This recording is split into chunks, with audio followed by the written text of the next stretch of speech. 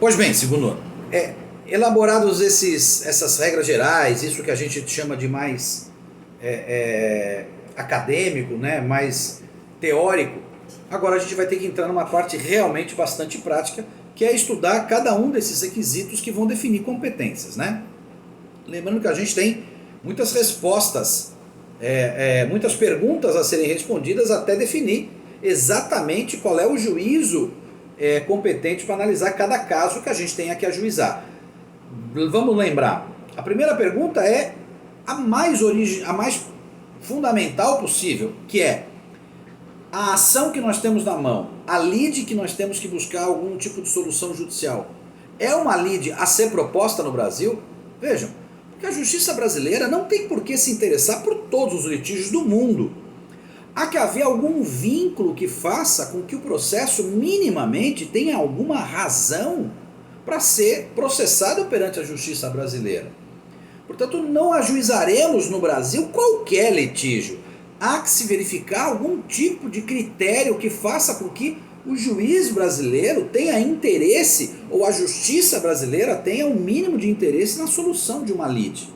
A primeira pergunta é essa, portanto, esta lide cabe no Brasil? Tem como julgador brasileiro um órgão competente? É razoável que se instaure esse processo no Brasil?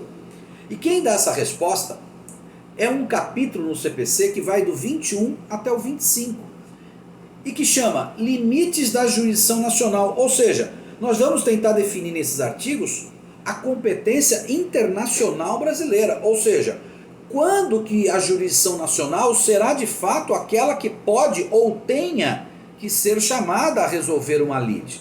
Portanto, há critérios que vão definir, em primeiro lugar, se é da justiça brasileira a competência para resolver esse problema, ou se é exclusivamente da justiça brasileira a competência para resolver esse problema. Nesse sentido, gente, o que manda, a primeira regra, está definida logo de cara no artigo 21 do Código de Processo Civil, que é justamente a que define a competência da justiça brasileira para conhecer e julgar esses casos que estão aqui. O que diz o artigo 21? Compete à autoridade judiciária brasileira processar e julgar as ações em que dois pontos. E aí nós temos 3 incisos. Ou seja, esse artigo é o que define se uma causa deve ou pode ser no Brasil. Aliás, sobre essas palavras deve e pode, uma explicação inicial.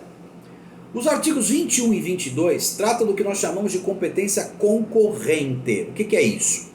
Significa que essas ações que o 21 e o 22 nomeia, elenca, elas podem ser no Brasil, mas não necessariamente devem ser no Brasil. O que significa que o Brasil admite que essas causas do 21 e 22 sejam ajuizadas perante outra jurisdição. E o Brasil, inclusive, admite que, em sendo esse processo lá no estrangeiro, o Brasil admite que essa sentença estrangeira tenha validade no Brasil, sim, através de um procedimento que nós chamamos de execução de sentença estrangeira. Portanto, o Brasil, nessas hipóteses do 21 e 22, admite julgar esta causa, mas também admite que outra justiça estrangeira julgue esta causa. E é justamente porque o Brasil admite esta competência concorrente, é que o Brasil admite fazer valer aqui no Brasil aquilo que foi sentenciado no estrangeiro. Quais são essas causas? Inciso 1.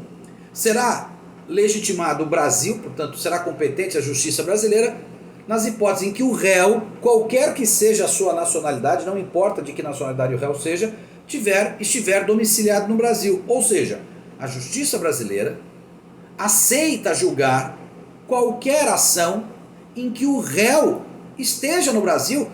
Por quê? Porque nesse caso, o que aproxima a justiça brasileira dessa hipótese é que, provavelmente, a solução interessa ao Brasil na medida em que o réu, aquele que vai sofrer os efeitos da sentença, tem domicílio no Brasil. A outra hipótese do inciso 2 é quando no Brasil tiver que ser cumprida a obrigação. Ora, se a obrigação contratual ou de alguma outra hipótese tiver que ser cumprida, exigida no Brasil, esse vínculo faz com que o Brasil se aproxime da situação e se importe em solucionar esta questão.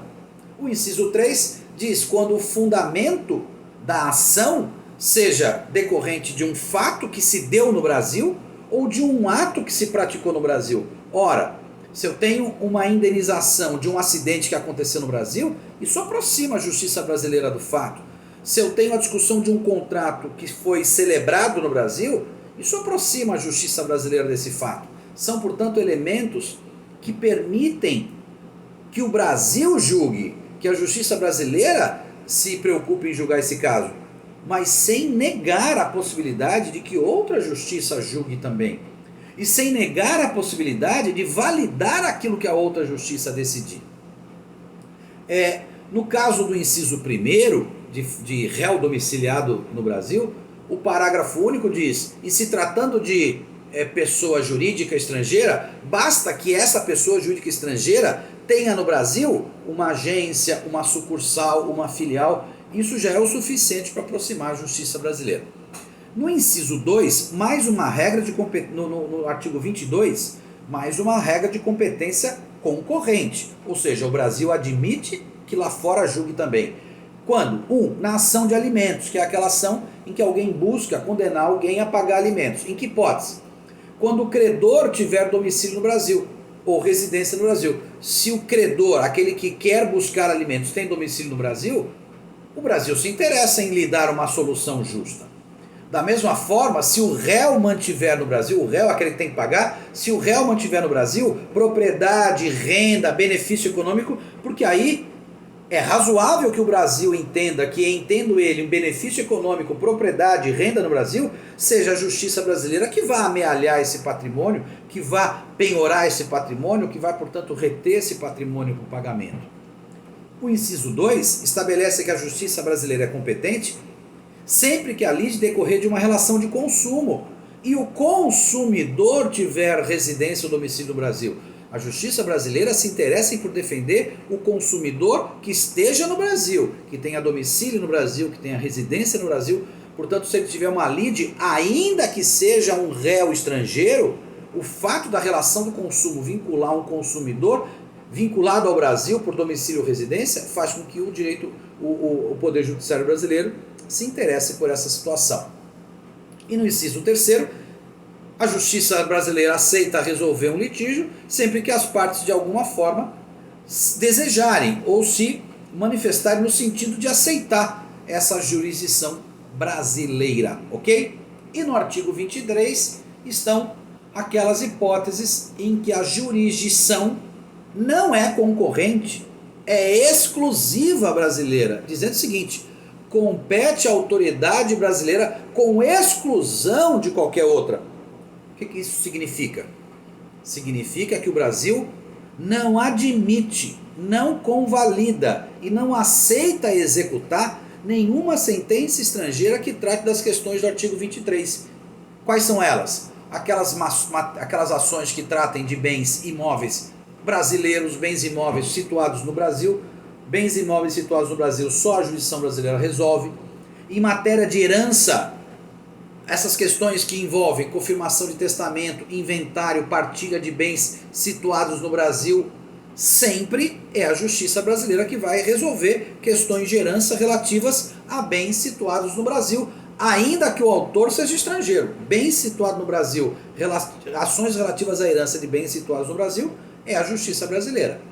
E inciso 3, divórcio, separação, dissolução de união estável. Sempre que houver lides decorrentes disso, a partilha dos bens situados no Brasil será sempre vinculado à justiça brasileira. Ponto final. Não interessa e o Brasil não aceita nenhuma outra jurisdição.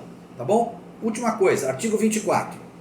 A ação proposta perante o Tribunal Estrangeiro, portanto, naquelas hipóteses 21 e 22, em que a gente aceita uma jurisdição estrangeira, o fato de ter uma ação no estrangeiro não impede que também tenha uma ação no Brasil. Ou seja, eu não posso impedir que se ajuize uma ação no Brasil só porque existe uma ação igual no estrangeiro. A justiça brasileira não permite que, não se nega a resolver nesse caso. E da mesma forma, no parágrafo único, a pendência de causa perante a justiça brasileira não impede que o Brasil homologue a sentença estrangeira. Ou seja, ainda que exista no Brasil uma ação em curso, se já há no estrangeiro, nos artigos 21 e 22, uma sentença estrangeira dada, é possível sim homologar aqui no Brasil, não sendo obstáculo o fato de existir uma ação em curso aqui. E no artigo 25, não compete à justiça brasileira, portanto não pode o juiz brasileiro julgar, ação quando houver cláusula de eleição de foro exclusivo estrangeiro em contrato internacional, desde que arguido pelo réu em contestação. Ou seja, se tiver uma ação em que haja um contrato internacional com cláusula dizendo que o processo deverá ser na justiça italiana e o réu desta ação no Brasil alegar que esse contrato precisa ser cumprido, o Brasil não pode julgar essa causa, tem que se julgar incompetente. Isso não se aplica, na verdade, naquelas hipóteses de competência exclusiva do artigo 23. Tá bom, gente? Abraço!